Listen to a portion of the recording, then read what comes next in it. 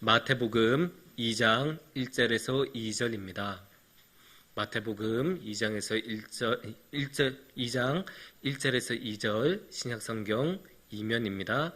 제가 봉독해 드리도록 하겠습니다. 헤롯 왕 때에 예수께서 유대 베들레헴에서 나심에 동방으로부터 박사들이 예루살렘에 이르러 말하되 유대인의 왕으로 나신 이가 어디 계시냐? 우리가 동방에서 그의 별을 보고 그에게 경배하러 왔노라 하니. 아멘. 사랑하는 성도님들, 이게 무엇일까요?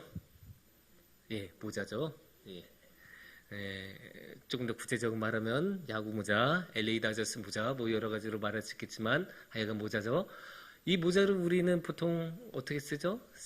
근데 이제 쓸 때 어떨 때 쓰죠?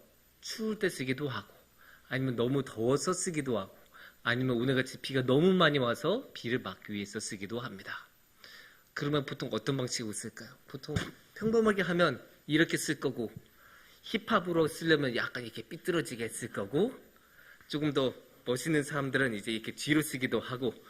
그런데 이게 야구 모자잖아요. 그러면 야구 선수들은 어떻게 쓸까요? 야구 선수들, 특히 투수들은 이렇게 완전히 꼭 눌러서 씁니다. 왜 이렇게 답답하게 보일 정도로 꼭 눌러서 쓸까요? 이렇게 보면 보시기가 힘드시죠? 시선, 눈을 가리려고 이렇게 푹 눌러서 씁니다. 왜냐? 투수가 공을 던져야 되는데 저기 계속 보고 있는 게 보이면 어떡해요? 타자는 저쪽만 계속 생각하고 바깥쪽으로 공이 오는구나 하면서 이제 바깥쪽 생각만 하고, 그래서 진짜 바깥쪽 오면 딱 치기 쉽겠죠? 어디로 공이 오는지만 알아도 이미 수사구는 50% 이상, 반 이상 이긴 거거든요. 그래서 투수들은 절대로 자신의 시선을 빼앗기지 않도록 노력을 하고, 그래서 모자도 푹 눌렀습니다. 여기서 보면 우리가 알 수 있는 게 무엇입니까? 시선은 중요합니다. 왜냐? 시선이 향하는 곳이 마음이 향하는 곳이고 정신이 가 있는 곳이에요. 우리가 아이고 왜 이렇게 정신이 팔려있어 이런 말 많이 쓰잖아요. 정신이 그쪽으로 가 있는 곳에 몸도 가기 마련이고 자신의 삶이 그쪽으로 가기 마련이에요. 그래서 아이고 저기 맛있는 거 있네, 계속 저기 보게 되면 결국 맛있는 것을 먹으러 가게 되고, TV로 계속 눈길이 향하고 있으면 계속 결국 TV를 보게 되는 거잖아요. 근데 이런 물질적인 것만이 아니고 삶의 목표에서도 그래요. 삶의 목표에서도 축구 선수가 만약에 월드컵에 시선에 꽂혀 있다. 그러면 당연히 월드컵 우승을 위해서 최선을 다해서 노력을 할 거예요. 그래서 훈련도 열심히 받고 불평 없이 열심히 훈련하고 식단 조절도 하고, 또 어떻게 하면 더 축구를 잘할 수 있을까 고민할 거예요. 그만큼 시선은 너무나 중요합니다. 그래서 우리가 성경에서도 이 시선에 관한 이야기를 한번 나눠봤으면 좋겠어요. 그래서 오늘의 말씀을 통해서 이 시간 시선에 관해 함께 나눠보도록 하겠습니다. 오늘의 말씀은 마태복음 2장 말씀입니다. 그리고 그 유명한 동방박사들의 이야기입니다. 여기 계신 분 중에서 동방박사의 이야기를 모르신 분은 아마 없으실 거예요. 너무나 유명한 이야기고 항상 해마다 성탄절 때면, 대림절 때면 나누는 구절이기도 합니다. 그래서 여기서 이 이야기를 보면 동방박사들이 저 멀리서 오는데 무엇을 봤다고 합니까? 2절을 보면 명확하게 나오죠. 별을 보고라고 말씀이 전하고 있어요. 별을 보고 왔다고 합니다. 그래서 별을 보고 그 다음에 별을 보니까 어떻다라고 나왔죠? 별을 보니까 이제 왕이 탄생할 것이다. 그래서 우리는 왕을 만나러 왔다. 그러니까 왕을 알현하러 왔다. 왕께 인사드리러 왔다. 어떻게 보면 이제 별을 넘어서 저 왕에게 이제 시선에 꽂혀 있는 거죠. 이 별 같은 경우는 실제로 움직이는 별을 보고 온 거일 수도 있고, 또 옛날에는 이렇게 해석하시는 분들도 있어요. 점성술을 굉장히 많이 했었거든요. 이 시대는. 지금이야 뭐 점성술에 대해서 그렇게 크게 신경을 안 쓰지만 이 시대만 해도 점성술에 굉장히 많은 의미를 부여했거든요. 그래서 이 동방박사들은 점성술에 굉장히 유능해서 점성술에 따라서 그 별을 보고 왔다라고 해석하시는 분들도 있어요. 근데 뭐 어떻게 왔냐, 뭐 진짜 움직이는 별을 봤냐, 점성술을 통해서 왔냐는 사실 그렇게 중요한 건 아니고, 여기서 중요한 것은 이 별을 통해서 왕을 보러 왔다는 게 중요한 것입니다.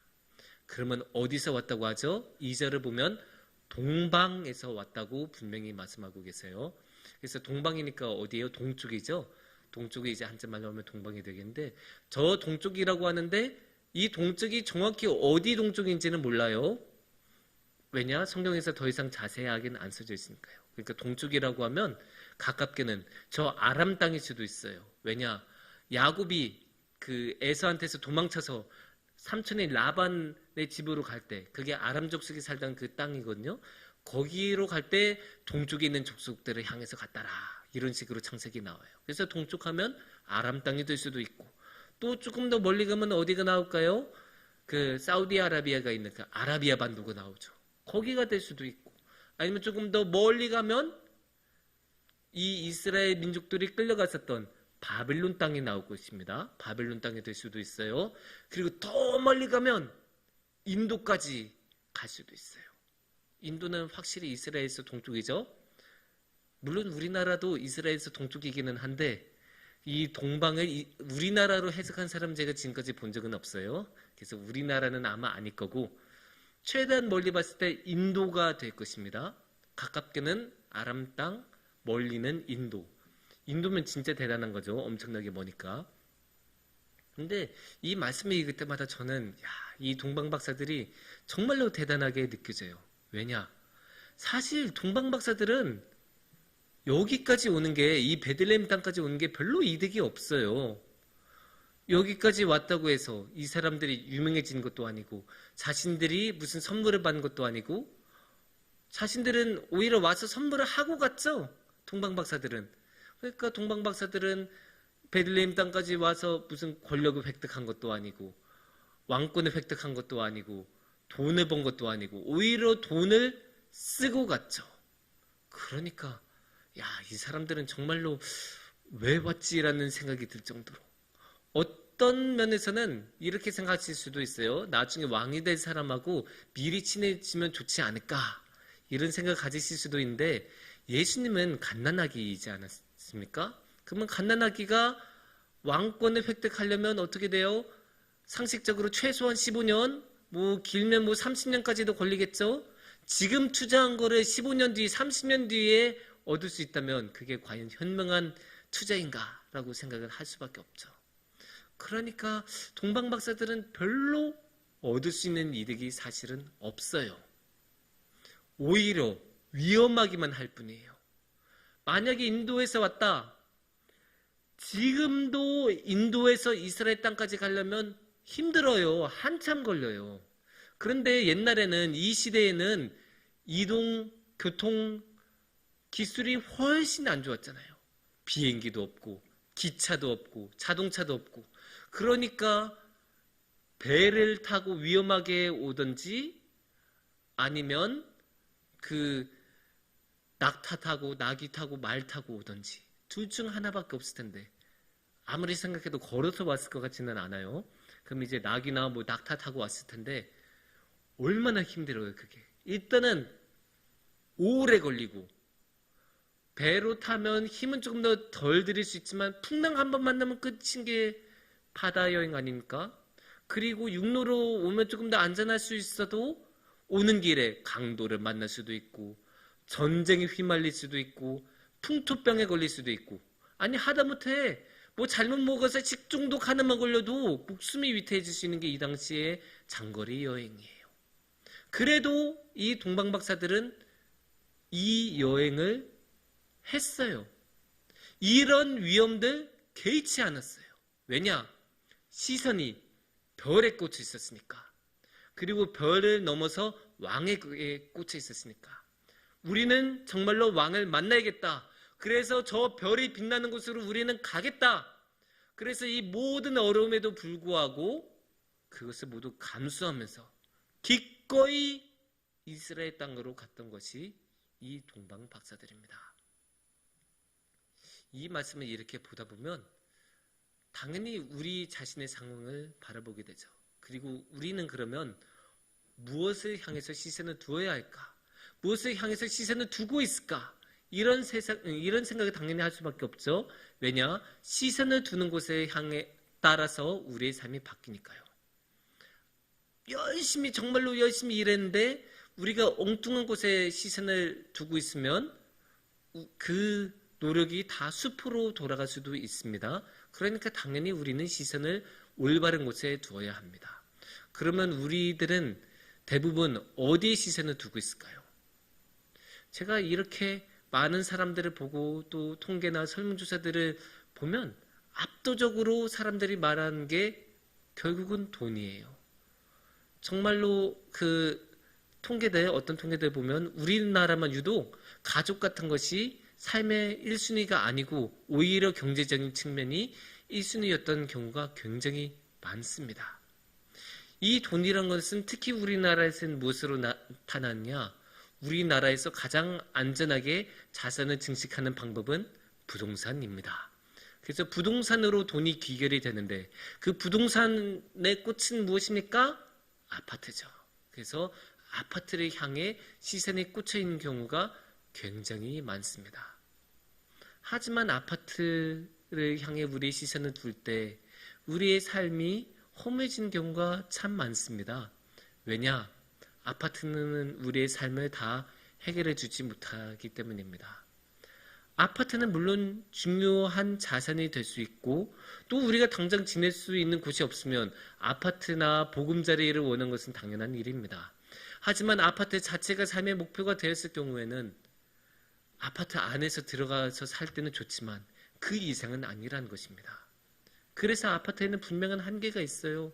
그리고 이 아파트도 뭐예요? 아파트도 집값이 오른 만큼 오르기는 하지만 결국 아파트도 낡고 언젠가는 허물어져서 없어지는 것 아닙니까?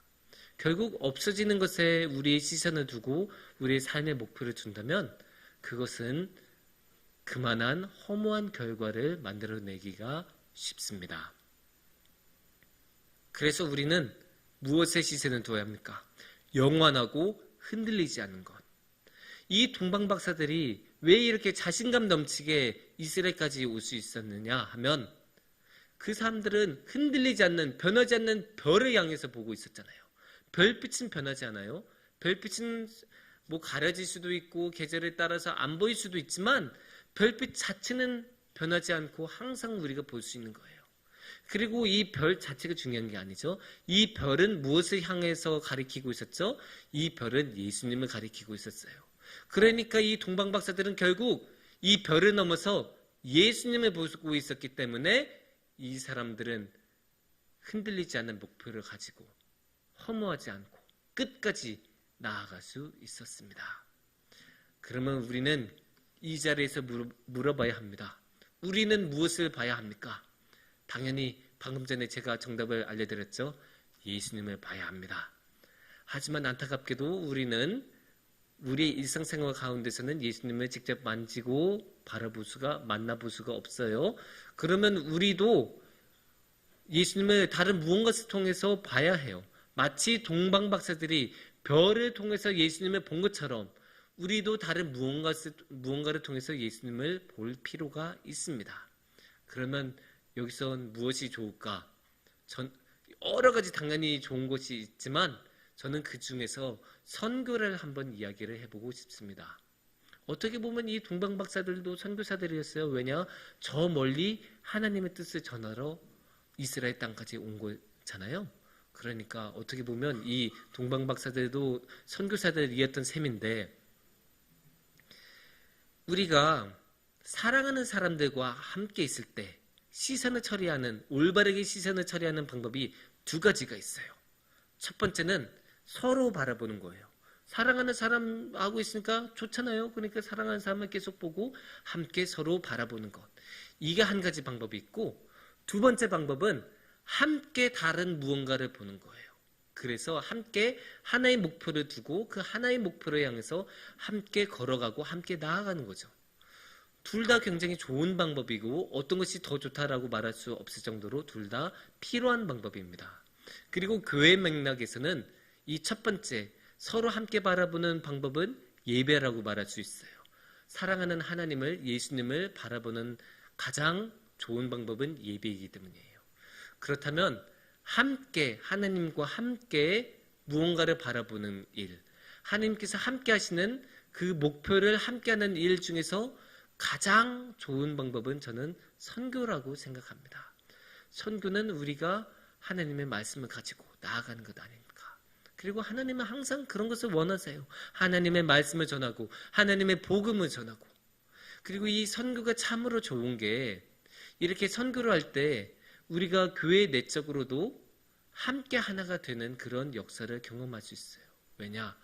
우리가 우리 안에 있는 작은 그런 차이들에 집중하지 않고 저 밖을 오로지 하나님의 목표를 향해서 함께 나아가기 때문이에요. 그래서 우리가 선교를 향해서 힘차게 나아가면 정말로 하나님의 뜻을 바라보고 우리가 하나의 사랑의 공동체로서 함께 나아갈 수 있습니다.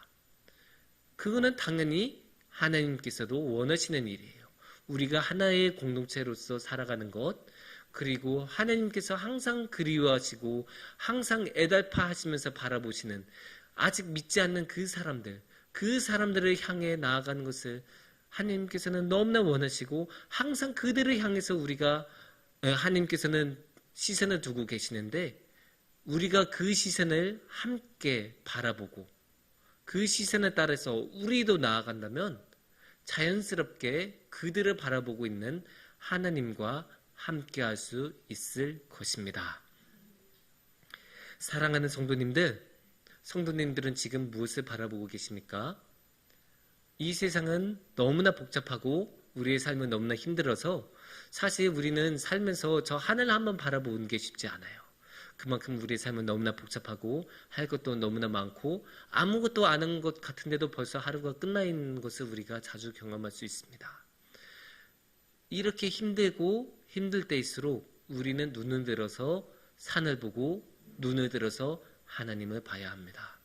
그래야 우리는 하나님과 함께 할 수 있고 또 하나님께서 원하시는 것을 바라볼 수 있습니다. 그래서 하나님께서 원하시는 것, 하나님의 말씀을 전하고 하나님의 복음을 전하는 것, 그래서 우리가 다 함께 선교를 바라보고 저 먼 인도네시아 땅, 발리 땅을 우리가 함께 바라볼 때 그 인도네시아 땅을 향한 그 하나님의 그 뜨거운 사랑을 우리 마음속에 함께 품을 수 있고 우리가 주님과 함께 할 수 있을 것입니다. 그렇게 주님과 함께하는 복을 우리 성도님들 모두 누리시기를 축원합니다. 함께 기도드리시겠습니다.